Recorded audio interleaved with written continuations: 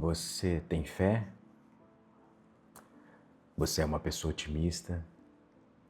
Você acredita que no final tudo vai dar certo? Você olha para a sua situação financeira, talvez sem reserva de emergência, sem um plano de aposentadoria, com dívidas acumuladas, mas parece que uma voz bem calma dentro de você sussurra aqui no seu ouvido. Relaxa, Deus é grande, o universo vai dar um jeito, coisas boas acontecem com pessoas boas. Aqui, ó, no seu ouvido. E aí com esse pensamento, você se sente em paz. A ansiedade diminui, você se sente protegido por uma força maior. E aí você não faz nada. Então, bem-vindo à aula 12. E hoje eu quero falar sobre um sabotador que te veste de anjo, sabe? Ele é como se fosse um veneno em um frasco de água benta. Eu chamo isso de otimismo tóxico. E essa aula, veja bem, essa aula não é um ataque à sua fé. Muito pelo contrário. É um chamado para você honrar a sua fé com a única coisa que torna a sua fé real. Se chama ação. Porque a fé sentada no sofá, à espera de um milagre, não é fé. É uma desculpa. É a forma mais piedosa de preguiça. É a maneira mais espiritualizada de garantir a sua própria ruína financeira. E hoje eu quero separar o otimismo que constrói impérios daquele otimismo que justifica a estagnação. E veja bem, a confusão, ela mora bem aqui, ó, bem aqui no nosso cérebro. Porque o nosso cérebro, ele não gosta de lidar com temas complexos, principalmente a complexidade das incertezas do futuro. E aí, nesse ponto, planejar uma aposentadoria para daqui a 40 anos se torna uma tarefa muito abstrata, muito assustadora. Construir uma reserva de emergência exige sacrifícios no presente. É um trabalho duro, é chato e ele não tem glamour. E aí o que é mais fácil? É fazer o trabalho chato ou transferir a responsabilidade para uma entidade externa, abstrata? O otimismo tóxico é um mecanismo de defesa psicológico. É uma forma de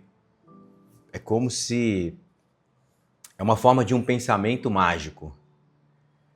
Ele é uma crença infantil de que se desejarmos algo com força suficiente, ou se formos pessoas boas, o universo magicamente vai se reorganizar e a realidade para atender os nossos desejos, sem que a gente precise se esforçar e fazer um trabalho duro. Mas olha só, é crucial diferenciar um otimismo saudável de um otimismo tóxico. Porque do lado de cá, o otimismo saudável, ou que a psicologia chama de otimismo realista, é a crença na sua capacidade de superar desafios, alcançar metas através do seu próprio esforço. O otimismo saudável diz: a estrada vai ser difícil, mas eu acredito que eu tenho força, que eu tenho inteligência para navegar por essa estrada e chegar no meu destino. Agora, o otimismo tóxico, não faz isso. Entenda o seguinte: o otimismo saudável, ele é um combustível para a ação. Ele te dá resiliência para continuar quando as coisas ficam difíceis. O otimismo tóxico, por outro lado, é a crença de que o resultado será positivo independentemente das suas ações. É como ele diz que, não importa o que eu faça ou deixe de fazer, a estrada magicamente vai aparecer e vai aplainar sobre mim e o destino virá sobre mim. Esse otimismo, ele é tranquilizante para a falta de ação. Ele te dá permissão para ser negligente. Essa mentalidade te transforma em um jogador de loteria existencial. Você não constrói riqueza tijolo por tijolo. Você fica esperando pelo bilhete premiado, a herança inesperada, a criptomoeda que vai explodir, a ideia de um negócio milionário que vai te deixar rico do dia para a noite. E aí sabe o que você faz? Você despreza o processo lento e consistente, porque a sua fé está depositada em um evento mágico. E por que isso é tão perigoso? Porque quando você terceiriza a responsabilidade pelo seu futuro, você abre mão do poder. Você deixa de ser o piloto da sua vida e se torna um passageiro lá no banco de trás, esperando que o motorista invisível te leve para o lugar certo. Mas na maioria das vezes, esse carro está parado, sua vida está parada, você ainda não percebeu. Você pode ser um otimismo tóxico e nem saber. A linguagem que a gente usa revela as nossas crenças mais profundas. Pensa nisso aqui. O otimismo tóxico, a pessoa ela tem uma total ausência de planos de contingência. Você não tem uma reserva de emergência, por quê? Porque se você pensar em coisas ruins, você acaba traindo. A pessoa não tem um seguro de vida, por quê? Porque ela tem fé de que nenhum mal vai acontecer. Olha, isso não é fé. Isso é imprudência. A fé verdadeira, ela não te torna imune a nada.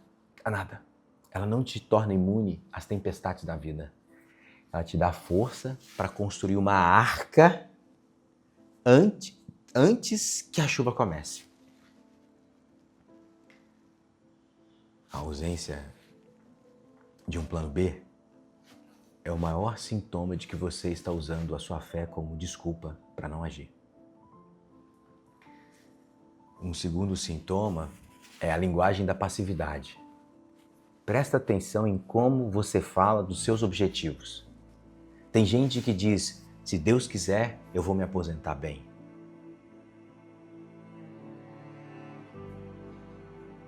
E aí tem gente que diz, eu vou me aposentar bem. Peço a Deus forças para eu executar o meu plano. Entende a diferença? A primeira frase coloca a responsabilidade em Deus e a segunda o convida para ser o seu parceiro na jornada.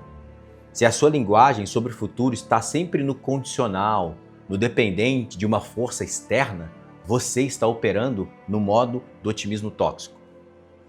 Um terceiro sintoma é o desprezo pelo pessimismo realista.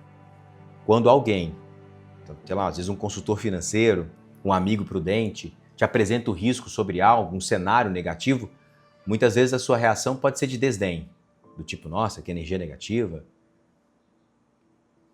A pessoa, você é muito pessimista, você rotula a prudência e o planejamento de cenários como uma negatividade. Por quê? Porque eles ameaçam a sua bolha de pensamento mágico. E aí você prefere a ilusão confortável a uma verdade desconfortável. O ponto número 4 é o foco exclusivo em uma visualização sem nenhuma ação. Você passa horas meditando, cria quadros de visualização, afirma que a riqueza está vindo, faz jejum. Cara, isso é maravilhoso, mas é apenas 10% do trabalho. Se a prática não for seguida por ações concretas e muitas vezes chatas, como analisar o seu orçamento, estudar um relatório, ela se torna uma forma de entretenimento espiritual. É a masturbação da prosperidade. Você sente prazer em algo que está fazendo, mas na prática não está construindo nada. Qual que é o custo disso? O custo disso é a vida passa, as oportunidades dos juros compostos se perdem, é a chegada dos 50 ou 60 anos com a terrível percepção de que a ajuda que você tanto esperava era a sua própria mão e que você se recusou a levantar. Agora, como que a gente transforma a esperança passiva em uma fé ativa?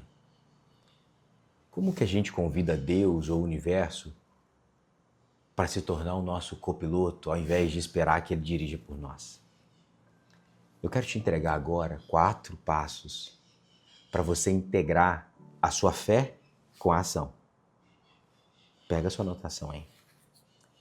Primeiro, o primeiro exercício nós vamos chamar ele de que Deus ajuda quem cedo madruga e planeja.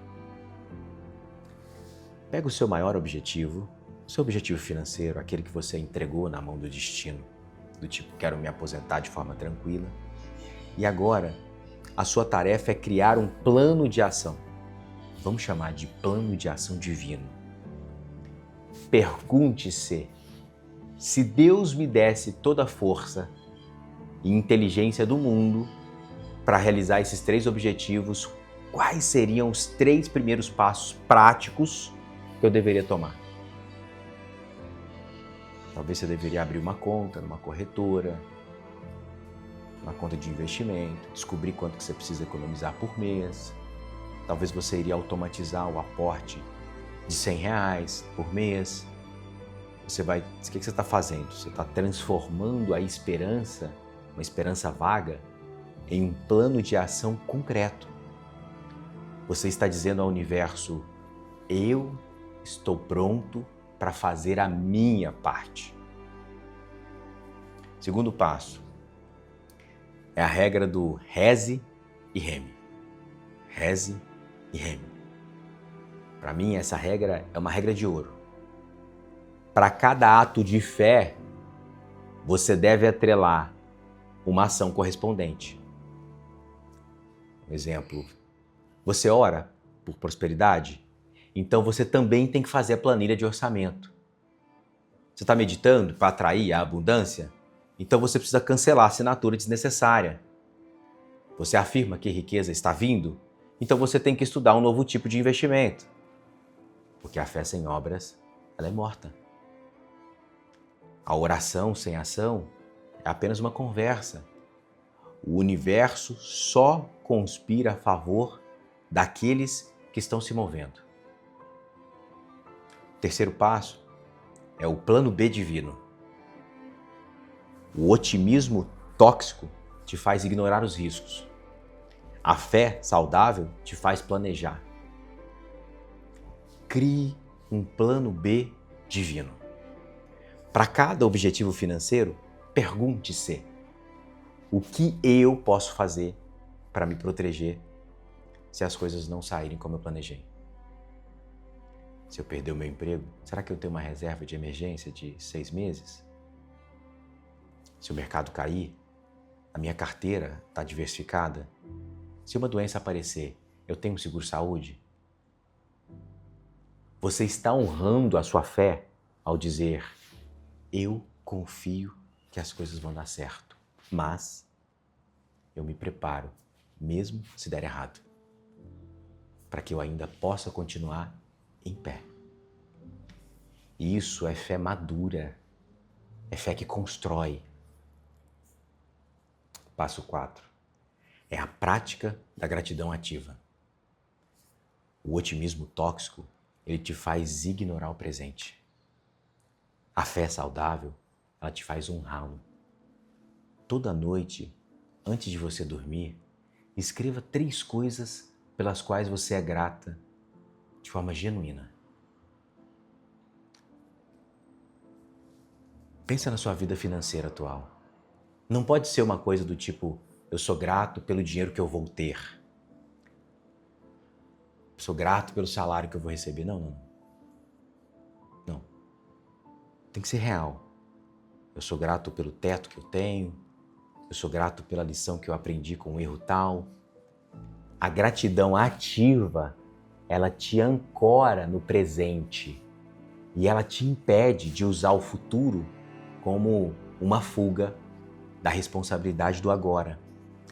Ela te lembra que você já é abençoado e que sua responsabilidade é ser um bom administrador daquilo que você já tem, não apenas sonhar com o que ainda não tem. A fé, ela é uma força muito poderosa, mas é uma força que deve ser direcionada e não dissipada. A fé que te faz sentar e esperar é a fé de um passageiro. A fé que te faz levantar e agir é a fé de um capitão. O universo, ele não recompensa a passividade, ele recompensa a intenção clara e a ação consistente. A sua prosperidade, ela não é um acidente que você espera, é uma responsabilidade que você assume, é um destino que você constrói, tijolo por tijolo, com as mãos suadas, com o coração cheio de fé. Essa foi a aula 12. O desafio de hoje é pegar um objetivo financeiro que você deixou nas mãos do divino e criar um plano de ação divino. Agora, se você está pronto mesmo para transformar sua fé em ação, escreve aqui no comentário. Eu rezo, eu remo. Eu rezo, eu remo. Na próxima aula, nós vamos enfrentar um sabotador no seu medo de desagradar. Eu chamo isso de o medo de conflito. E como a sua incapacidade de dizer não está custando a sua liberdade financeira. Agora, se essa aula aqui, ela realmente te fez repensar na sua relação entre fé e ação, se inscreva no canal, ative as notificações, compartilhe com as pessoas. Compartilhe com alguém que usa a fé como desculpa para negligência. E lembre-se que a fé sem obras é morta, mas a fé com obras te ajuda a construir um império. Dê o próximo passo e mude. Pensa sobre isso, reflita sobre isso e muda isso na sua vida. Até a próxima aula.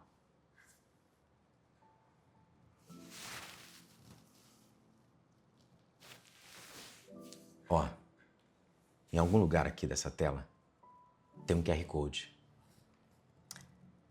E esse QR Code vai levar você para a comunidade da Mentalidade Próspera, onde eu compartilho pequenos hábitos e ações em um grupo. E isso vai ajudar você a se manter no foco para construir a sua prosperidade. Então escaneie aí o QR Code e entra para a nossa comunidade. No nosso texto, embaixo aqui no texto do vídeo, tem o link também do WhatsApp que você pode utilizar para entrar. Não conseguiu escanear, não conseguiu achar? Escreva aí, manda mensagem. Eu compartilho com você para você fazer parte dessa comunidade com a gente. Até breve.